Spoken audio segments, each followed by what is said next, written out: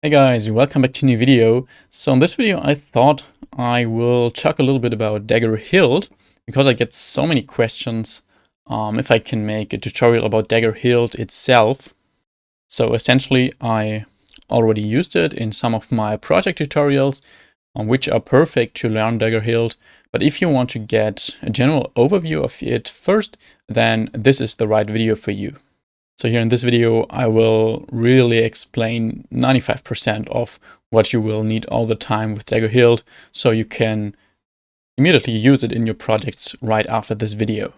But still, I recommend to watch my project tutorials so that you get feeling for how you can actually use Dagger-Hilt in a practical project and not just in a theoretical environment like we have it here.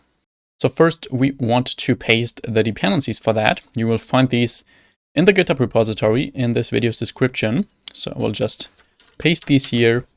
Then we will need to also paste these two plugins here. On the one hand for Dagger-Hilt itself, and on the other hand, Kotlin Cap, so Kotlin annotation processing. And to make sure that we don't get an error here with this plugin, we need to also open up our build.gradle project file and paste this class path. So simply go to my GitHub repository and paste these three things, I guess. Yes. So then we can sync our project. And by the way, I also get the question a lot if you should use Dagger-Hilt or the real Dagger. And I would say in pretty much all cases, it is fine to use Dagger-Hilt. If you have a really big and really complex project, it can make sense to use the old Dagger, the real Dagger-Hilt is built on top of, because you just have a little bit more freedom there. But in general, you can do so much with Hilt, and it's extremely easy in comparison to the old Dagger. So first things first, we want to create an application class when we use Hilt. You always need to do that because, so let's first do that, right-click new Kotlin class and call that my application select class. Because Hilt, of course, somehow needs to set up a lot of classes behind the scenes for us. And for that, Hilt also needs to know where our application class is. It needs to have access to the application context in case we need that to construct one of our dependencies. By the way, if you don't know what dependency injection actually is, then I recommend to watch this video first, where I explain that in a very short amount of time, I think 2 minutes.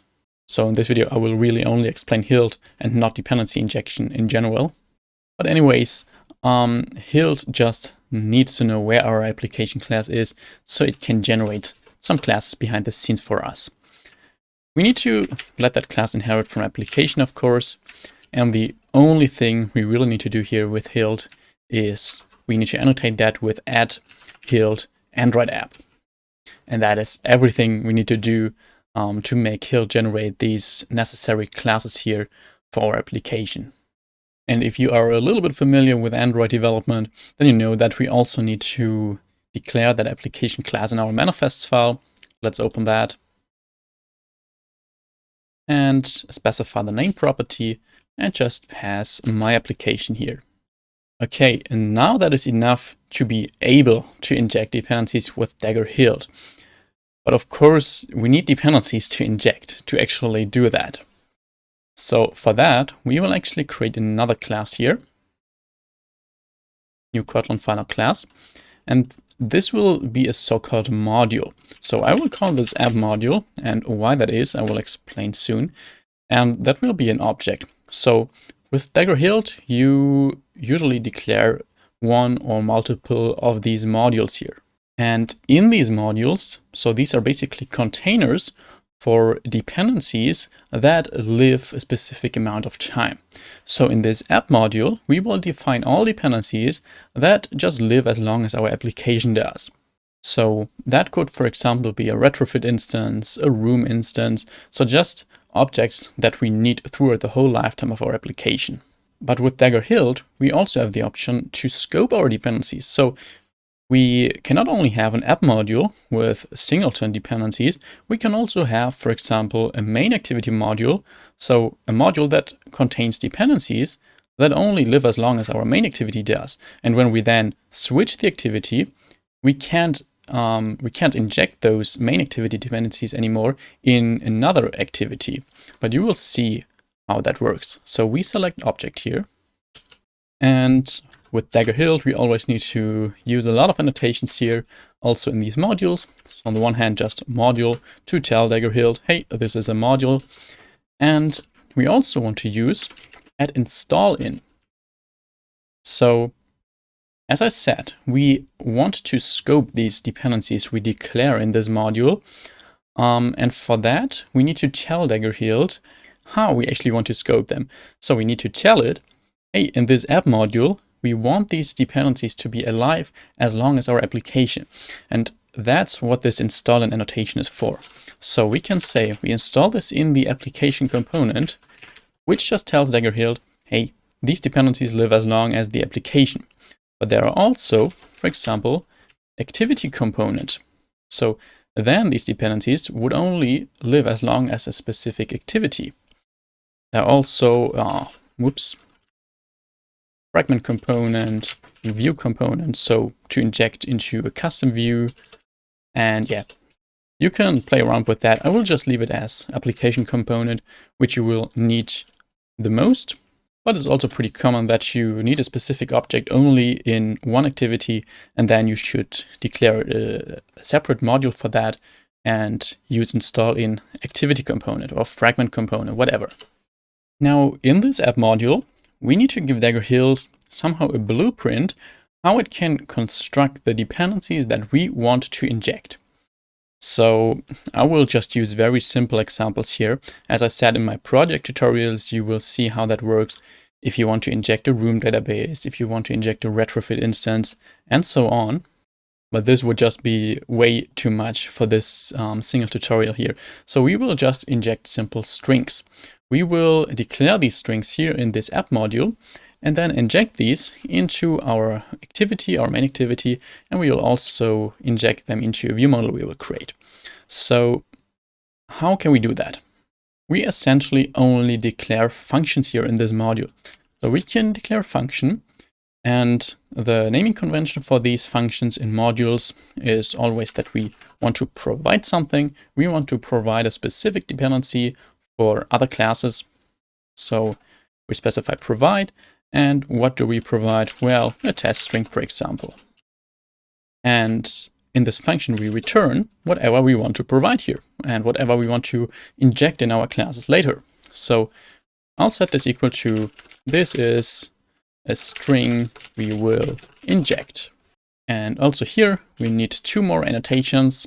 On the one hand, add singleton. Well, we don't need this, but that's a very common annotation here that I need to show you. This add singleton annotation will, well, make this string a singleton. So we will only have a single instance of this string. If we wouldn't have this annotation, then every time we inject this string, it would create a new instance of it, and it wouldn't reuse the old instance. So usually you don't want this. In some scenarios you want to want this, but usually you have singletons for databases, for retrofit singletons, so you don't need to construct that object over and over again every time you inject it. And another annotation we need is just add provides to tell Dagger-Hilt, hey, with this function, we want to provide a dependency, which is this string in our case. So let's see how we can get this string now inside of our main activity. If we want to inject dependencies into Android components, such as activities, fragments, views, and all that stuff, then we also need a special annotation, surprise, surprise, and that is at Android entry point. So every time you just want to inject something with Dagger-Hilt into an activity or fragment or a view, then you need this annotation, otherwise your program will crash. And also if you want to just inject something into a fragment, then you need to annotate the fragment with this annotation, but also the parent activity. So that's a common case of crashes here, but it will actually tell you what's wrong there. So how can we now inject the string that we declared here in our app module into this activity? Well, for that, we just need to declare a late init variable, call that whatever we want, and make sure that is a string. Right now, this variable, if we would access this here, so let's say we want to have a log statement, give this a tag of main activity, and just print test string from main activity and print this test string here. If we would now simply launch our app, then it would crash because this string is not initialized yet, because it's a late init variable, of course. But what we can do now with Dagger-Hilt is we can annotate this with @inject, and this will actually assign the value of this late init variable behind the scenes for us, so that when we launch our app, we know the value of this test string, and that is exactly this string here. So what will actually happen behind the scenes is Dagger-Hilt will see, okay, we want to inject a variable here or an object, and that object is of type string. And then it will just search in all of its modules here if it can find a string dependency. And yes, it can find that. So it can find, oh, here is a dependency that is provided, which is of type string. So I will simply take this string and assign it to this variable. And that's everything about it. So now you have a central place here where you manage your dependencies. You can easily define them as singletons, and then you can simply inject them everywhere in your project and reuse them, which will make your project really a lot more structured. And just so that you believe me, let's actually run our app, take a look here in Logcat and search for test string. And you can see here it prints test string from main activity. This is a string we will inject, which is exactly this string here. So now you might wonder, what actually happens if we have two string dependencies that we want to be able to inject? How does Dagger-Hilt know which string it should actually inject here? Well, the answer is it can't know that, of course. So let's actually see how that works. Let's copy this function, paste it down here. So we declare another string dependency. And let's call this is a string we will inject as well. Call this provide test string 2 and provide test string 1. So this is essentially, it doesn't matter how you call these functions. Those are only for Dagger-Hilt, so it knows how it can create these objects we want to inject. But just for your understanding, you should give these good names here. But let's say we have it like this. So we provide two different strings, but we only inject this single string here in main activity. If we now launch this app, then you can see we get a bunch of errors here, and it will open some strange classes that it generated for us. That's not very helpful. But the fix is luckily very easy, and that is we can give these so-called named annotation. So we can just give these dependencies a name. So string 1, and we give this a named annotation of string 2. And then in our main activity, we can also just as well declare the named annotation here, and we want to inject string 1. So that's how you can manage it if you have multiple dependencies of the same type.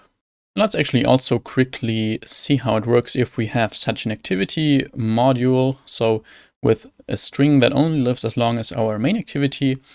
So we can actually copy this app module and paste it. Call that MainModule, because it's for our main activity.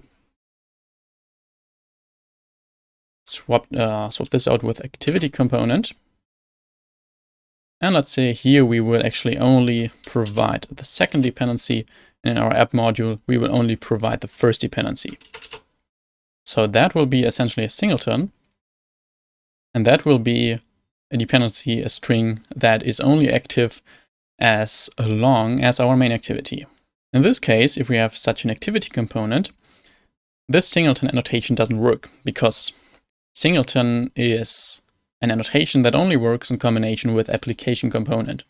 So we can't have a singleton that only lives as long as our activity. That doesn't make any sense. But the equivalent to that is activity scoped. So that just means, hey, we have this string that lives as long as our activity, but we only have a single instance of this. So if we inject this multiple times in the same activity, there will only be a single instance. It won't recreate that string over and over again. And maybe you've also asked yourself, how does it work if we actually need some other dependencies to construct this object here?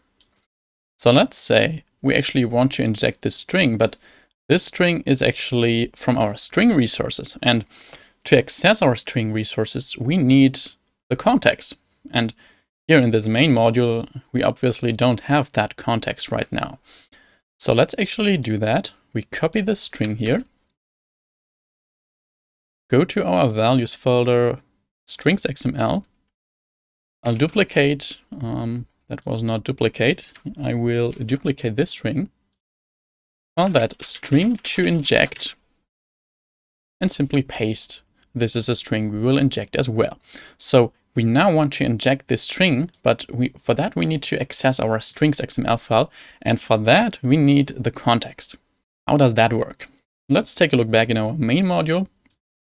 So you can see here, if we now want to access our string, we usually use the getString function. But for that, we actually need a context object, which we don't have here. So essentially, we simply put that context object here as a parameter. So we use context, context, and then we can use that here. But right now, Dagger-Hilt still doesn't know from where it should get that context object. And the context here is actually a special thing with Dagger-Hilt. For that, we need to annotate this with application context, and then it will use the context it can get from our application class that we annotated here, and everything will work fine. So now we can access context.getString, r.string, string to inject, and that will work fine. So as I said, this is kind of a special case here because we need this annotation to get the context. But sometimes we also need dependencies we created before, we provided before. So let's say we need this test string 1 here to actually construct our test string 2. So let's say we just put some string here together like this. And then we write a little minus, and then we want to have our test string 2 here. But how can we actually get this? Our test string 1, of course. So that is the string we provided here in our app module, but we don't have access to that in this provides function. Well, then we can as well just define that here as a parameter. So test string 2, also of type string, test string 1, of course, and then Dagger-Hilt will inject that. So it will figure out in which order it has to provide the dependencies so it can construct them the right way. So Dagger-Hilt is smart enough to see, okay, I need this test string 1 for this test string 2, so I just create this test string 1 before this test string 2. And here, I think we have the same problem as in our main activity. We provide 2 strings, so we need to add this named annotation here. I'm not really sure in this case, because we provide the second string here, but I think we need this. So just write string 1, so it actually knows that we want this string here. So you can see here we have the named annotation string 1 here as well. So it will take this string and inject it, or kind of replace it for this test string 1, and then it will use the context object as well to get the string from our string resources and also concatenate it with this test string 1. So that is something you need to do very often, that you just need other dependencies to construct another dependency. Also for a room database, you of course need the application context, so then you will also need to do this. And as a last part of this video, I will show you how we can inject dependencies into ViewModels, because that works a little bit differently. It isn't as easy as in activities. So for us, thanks to Dagger-Hilt it is, but behind the scenes it's very difficult, because for ViewModels you need to inject the dependencies into the constructor, and for that you need a ViewModel factory. So that is just a special class that you need to declare, and we actually don't want to do that. With the old Dagger, we needed to do that. That was complicated as hell. But with Hilt, it actually does that for us. So we still need to consider something. Let's first create our ViewModel. Test ViewModel. Inherits from ViewModel, of course. And now, let's say we want to inject this test string 2 in our ViewModel. Then we need to do that in the constructor. And we need to annotate this constructor in ViewModels with that ViewModel inject. And then specify constructor. Import that ViewModel inject. And here in this constructor, we can now just specify the dependencies we want to have on this ViewModel. And thanks to this annotation, Dagger-Hilt will create this ViewModel factory behind the scenes for us. So here we will again specify named. We want our string 2. And give this a name of test string 2. Of type string. So here we don't need this inject annotation because we already have it for the constructor. And normally you can also inject your dependencies into constructors just like we do it here. But outside of ViewModels, you just use the normal inject annotation for that. But ViewModels are kind of a special case here where you need ViewModel inject. And then let's just print it in the init block. Log statement. Let's use a ViewModel tag. And just print test string from ViewModel. And print out our test string 2. Now that's it, how we can inject dependencies into our ViewModel. Now we also need to think about how we can inject our ViewModel in our main activity, because we of course need an instance of that here. And for that we have, we don't use inject because of all that ViewModel factory stuff. Instead, we will simply use a private val for that ViewModel. We need to specify the type here, which is test ViewModel. Then we use Kotlin delegations, so by ViewModels, that is a function that comes from this dependency here. And this will make Dagger-Hilt just inject the ViewModel, the test ViewModel it actually has, into this variable. And this will actually be a lazy initialization, I think. So if we don't actually access this ViewModel somewhere here, it won't actually create it. It won't go inside of this init block and print it. So what we need to do is we can just use specify ViewModel here. That won't do anything, but it will actually access this ViewModel. So it will be created and it will go inside of this init block. So if we now launch our app, then take a look here in Logcat. Also have the search filter on. You can now see our 2 strings were injected successfully. On the one hand from our main activity, our test string from main activity. Actually this one, this is a string we will inject, which comes from our AppModule. And then we have the test string from our ViewModel, which is this log statement. And this says, this is a string we will inject as well, which is here in our MainModule. This comes from our string resources now, then this little minus, and this comes now from our test string 1 we actually declared in our AppModule here. So just to show you how it works if we need multiple other dependencies to construct a new one. And I know this now was a lot of new stuff. As I said, I really recommend to watch one of my project tutorials about Dagger-Hilt, or rather where I use it. For example, my running tracker app or the Spotify clone.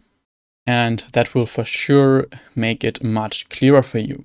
And also if you want to see how you can use Dagger-Hilt and just how you can make more advanced Android projects, then you should check out the first link in this video's description, which will lead you to my website. And there you will find more advanced premium courses, which just go beyond what I teach here on YouTube, so you can take your Android skills to the next level.